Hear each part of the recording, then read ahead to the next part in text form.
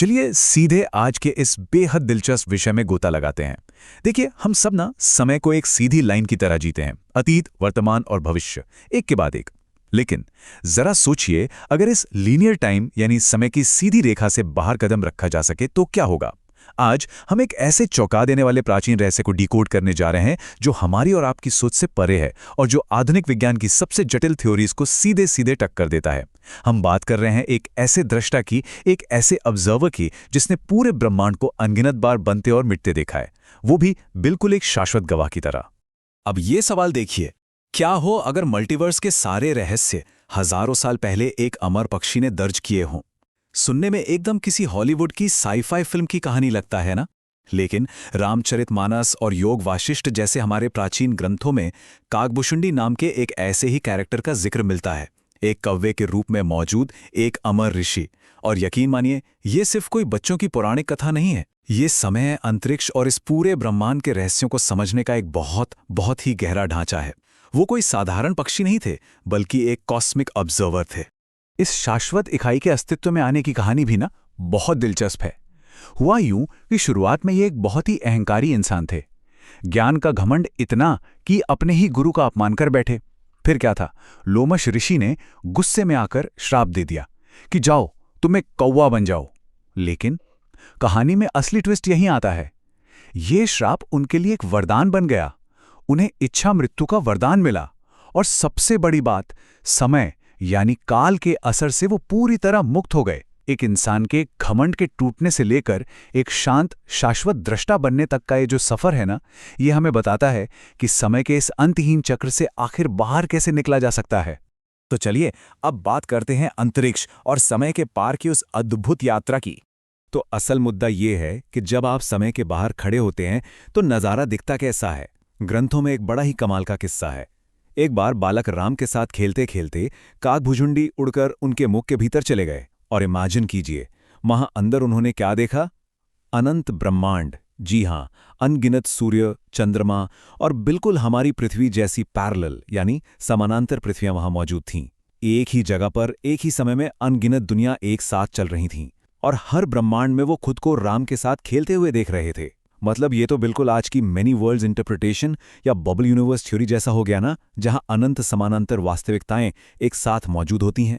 अब आते हैं इसके सबसे रोमांचक और वैज्ञानिक पहलू पर, प्राचीन ग्रंथों में टाइम डायलेशन।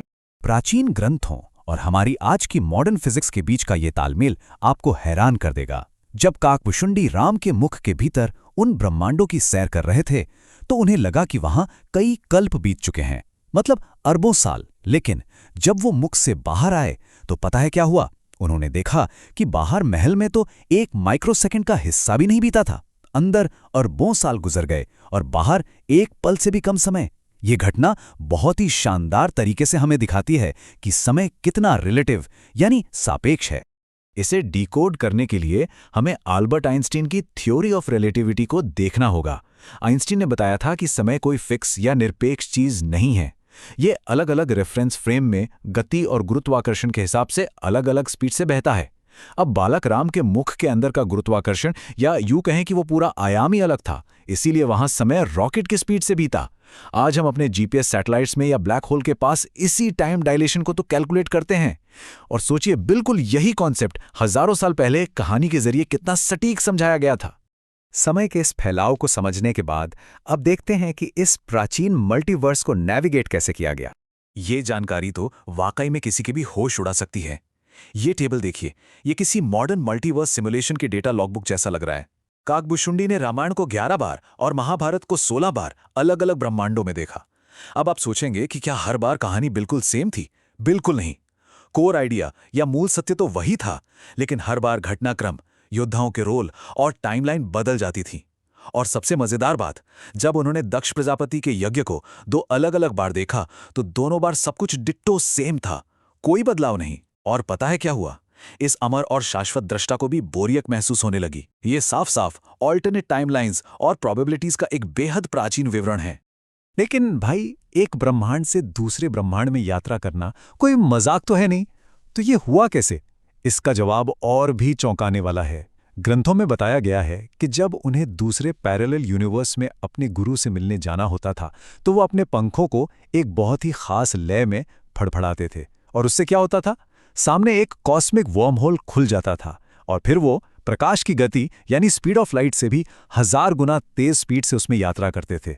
स्पेस ट्रैवल का ये डिस्क्रिप्शन आज की थ्योरेटिकल फिजिक्स के वर्म होल और स्पेस फोल्डिंग के कॉन्सेप्ट से हूबहू मैच करता है ना कमाल? चलिए अब गति को थोड़ा धीमा करते हैं और इस चक्रीय ब्रह्मांड विज्ञान और अनंत लूप्स को समझते हैं। इन प्राचीन ग्रंथों में ना अस्तित्व को एक सीधी लाइन की तरह नहीं देखा गया है, बल्कि एक इन्फिनिट लूप या अनंत चक्र की तरह देखा गया है। अब जरा इस नंबर पे गौर कीजिए, 4.32 अरब साल। प्राचीन भारतीय ब्रह्मांड विज्ञान में इसे एक कल्प कहा जाता है। ये ब्रह्मा का एक दिन है जिसके बाद प्रलय आती है और फिर से एक नई दुनिया बनती है। अब इसे आज के विज्ञान से जोड़कर देखिए। मॉडर्न साइंस के हिसाब से हमारी पृथ्वी की अनुमानित उम्र लगभग 4.5 अरब साल है। ये 4.32 और 4.5 की समानता कोई मामूली इत्तेफाक नहीं हो सकती। ये ब्रह्मांड के इस विशाल और चक्रीय स्केल की एक बहुत ही गहरी समझ को दिखाता है। इसी कल्प के सिद्धांत को हम सीधे सीधे आज के विज्ञान की कन्फॉर्मल साइक्लिक कॉस्मोलॉजी यानी CCC मॉडल से जोड़ सकते हैं।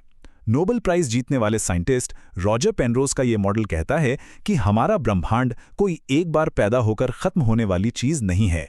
ये बिग बैंग और बिग क्रंच के अनंत चक्रों से गुजरता है।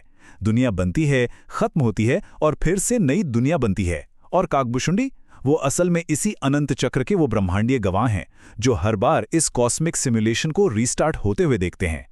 फिजिक्स के बाद अब हम इस पूरी चर्चा के सबसे गहरे और दार्शनिक हिस्से पर आते हैं, क्वांटम ऑब्जर्वर प्रभाव। समय के बाहर खड़े होने के लिए काकभूषुंडी को कुछ बहुत ही खास स्टेप्स फॉलो करने पड़े। सबसे पहला कदम था अहंकार यानी ईगो का पूरी तरह से खत्म होना। दूसरा कदम इस भौतिक और रैखिक दुनिया से एकदम डिटैच हो जाना, कोई मोहमाया नहीं। और तीसरा सबसे अहम कदम, एक ऐसा साक्षी बनना जो चीजों में दखलंदाजी ना करे, नॉन इंटरफेयरिंग विटनेस। बस घटनाओं को देखना है, उन्हें बदलने की कोशिश नहीं करनी। ब्रह्मांड बनते हैं, मिट जाते हैं, लेकिन वो बस एक शुद्ध अनासक्त चेतना की तरह उन पे नजर रखते हैं।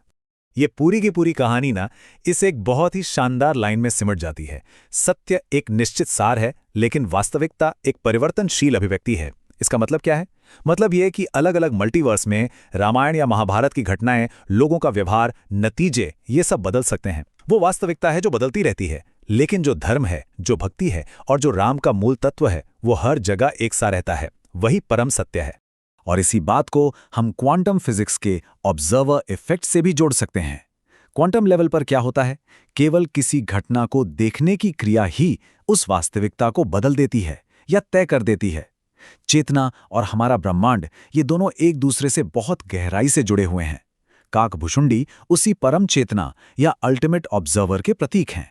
ये कहानी हमें सिखाती है कि जब देखने वाला पूरी तरह शांत और बिना किसी जुड़ाव की चीजों को देखता है, सिर्फ और सिर्फ तभी इस मल्टीवर्स की असली सच्चाई को समझा जा सकता है।